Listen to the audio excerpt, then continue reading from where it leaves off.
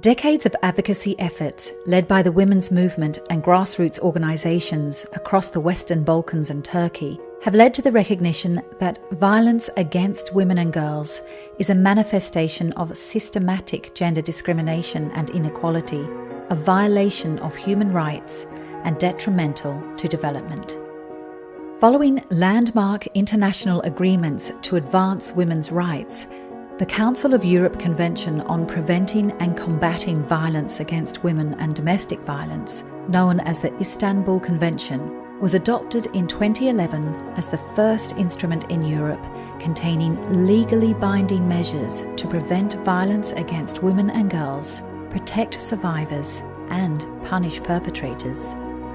Albania, Bosnia and Herzegovina, Montenegro, Serbia and Turkey have all ratified the Istanbul Convention, and the former Yugoslav Republic of Macedonia is a signatory. In Kosovo, under UN Security Council Resolution 1244, gender equality is protected by the Constitution. All countries have adopted legal frameworks on gender equality, violence against women and non-discrimination.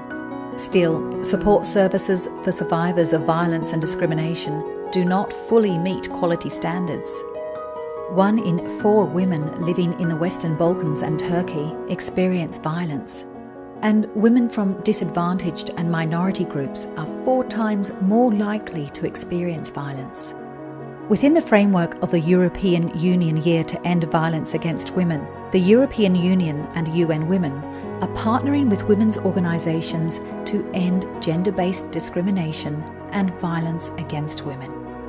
Implementing norms, changing minds, works towards adopting legislation and policies in line with international standards, addressing harmful stereotypes that perpetrate gender inequalities and violence against women, and providing support services for women and girls subject to violence.